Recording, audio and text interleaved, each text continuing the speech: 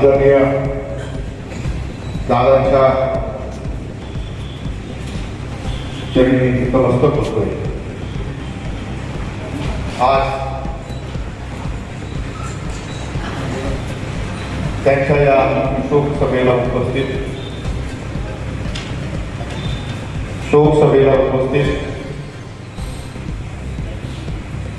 राज्याचे माजी मंत्री आदरणीय साहेब, या विभागाचे आमदार आदरणीय शामभाऊ, सर्व नगराचे नगराध्यक्ष अशोक भाऊ आणि सर्व संस्थाचे पदाधिकारी, सर्व महाविद्यालयाचे सहकारी, शहरातील सगळे संघटनेचे पदाधिकारी, सर्व पक्षाचे पदाधिकारी आणि दादांच्या कर्तृत्वाचा ठसा त्यांच्या मनावर होता ते सगळे उपस्थित। 28 तारीख जानेवारी सकाळी 8:45ची वेळ अकस्मात दादांचं या जगातून निरोप घेतला। क्षणभर तुम्हाला सगळ्यांना धक्का बसला। असं होऊ शकत नाही, असं होणं शक्य नाही, कारण दादा एक शिस्तप्रिय माणूस। दादा हा प्रत्येक गोष्टीवर लक्ष ठेवून प्रत्येक गोष्ट बारकाईने पाहणारा माणूस। ज्यांचं असं होणार नाही हा सगळ्यांचा एक विश्वास होता।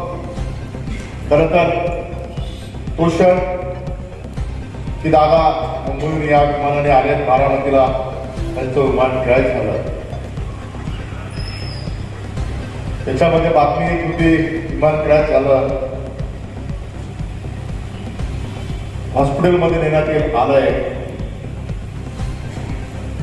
काही वेळ सांगितलं गेलं दादांनी त्यांची परिस्थिती गंभीर आहे, पण जेव्हा तो फोटो बघितल्यानंतर टीव्हीवरती असं वाटत होतं की काहीतरी वेळ पुढे ढकलण्याचा एक विषय आहे, पण ते सत्य समोर दिसत होतं। निश्चितच त्यांच्या जाण्याने या महाराष्ट्राचं एक उमद नेतृत्व गेलंय। ज्यांच्या मनामध्ये माझा बळीराजा सुखी झाला पाहिजे, माझ्या बळीराजाचं स्वप्न पूर्ण झालं पाहिजे, ही संकल्पना त्यांच्या मनामध्ये राहिली। तुम्हा आम्हा सगळ्यांना आठवते या राज्याचे ते जलसंधारण मंत्री, जलसंपदा मंत्री होते। आणि मला आठवते अकोल्याला एका कार्यक्रमाच्या निमित्तानं, लग्न सोहळ्याच्या निमित्तानं त्या अकोल्याला आले होते आणि त्या सर्किटावर सकाळी मी आणि आपले सगळे सहकारी दादांना भेटलो आणि सकाळी फिरत असताना चर्चा चालली होती आणि दादाने त्याच वेळेस जलसंपदा विभागाच्या सगळ्या अधिकाऱ्यांना तिथं बोलावलं। तिथं चर्चा झाली आणि वाशिम जिल्ह्याच्या या पाण्याच्या संदर्भामध्ये जेव्हा विषय निघाला की ज्या जिल्ह्यामधून गोदावरी आणि तापी खोऱ्याचं स्थान आहे, ज्या जिल्ह्यामधून 18 नद्याचा उगम आहे आणि तरी सुद्धा इथला आमचा बळीराजा सुखावला नाही, त्याच्या बांधावरती पाणी नाही, ती परिस्थिती दादांना जेव्हा कळली तेव्हा त्यांना खूप दुःख झालं आणि दादांनी लगेच त्यावेळेचे कार्यक्रमाचे आमदार विभागाचे, जलसंपदा विभागाचे MP देशमुख साहेब होते, साहेब सुद्धा होते। प्राथमिक चर्चा जेव्हा सर्किट हाऊसला झाली आणि त्याच्यातून लगेच 8 दिवसामध्ये मंत्रालयामध्ये त्या संदर्भातली संपूर्ण बैठक झाली। त्या बैठकीला राज्याचे मुख्यमंत्री विलासरावजी देशमुख साहेब या वाशिम जिल्ह्याचे सगळे आमदार, खासदार, सर्व अधिकारी उपस्थित होते आणि जेव्हा सगळी चर्चा झाली आणि सांगितलं, काही अधिकारी निगेटिव्ह होते की या वाशिम जिल्ह्याला ते पाणी दिलं तर बाकीच्या जिल्ह्यावाले नाराज होते आणि दादाने सांगितलं की वाशिम जिल्ह्यामध्ये जर 18 नद्याचा उगम होत असेल आणि ते पाणी जर सगळं वाहून पुढच्या जिल्ह्यामध्ये जात असेल तर त्याला दोष या जिल्ह्याच्या शेतकऱ्याचा नाही, म्हणून हा पाणी अवल्या गेलं पाहिजे. जे पाणी चाललंय ते अतिरिक्त चाललंय, ते पाणी थांबवलं पाहिजे. म्हणून दादाने निर्णय घेतला आणि सांगितलं की काही जरी झालं तरी चालेल, वाशिम जिल्ह्यातला माझा शेतकरी हा सुखावला पाहिजे, त्याला त्या हक्काचं पाणी मिळालं पाहिजे. आणि त्या काळात 202 दशलक्ष घनमीटर पाणी उपलब्ध करून देण्याचा धाडसी निर्णय त्या काळामध्ये दादाने त्यांच्या कर्तृत्वाने आपल्या सगळ्या जिल्ह्याला दिला.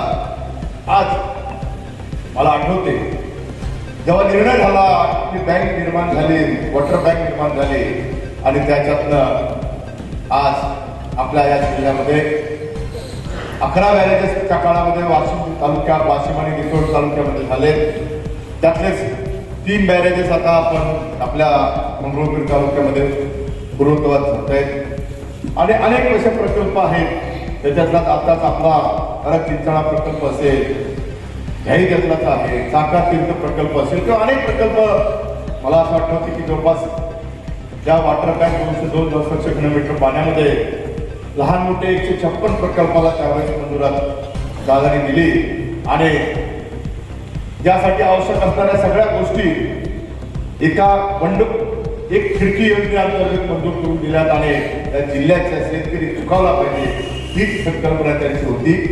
आज त्यांचं जे काही स्वप्न होतंय ते आज पूर्ण करण्यासाठीचा प्रयत्न तुम्ही आम्ही सगळ्यांनी केला पाहिजे. या जिल्ह्यातला शेतकरी सुखावला पाहिजे, शेतकऱ्याच्या बांधावर पाणी गेलं पाहिजे.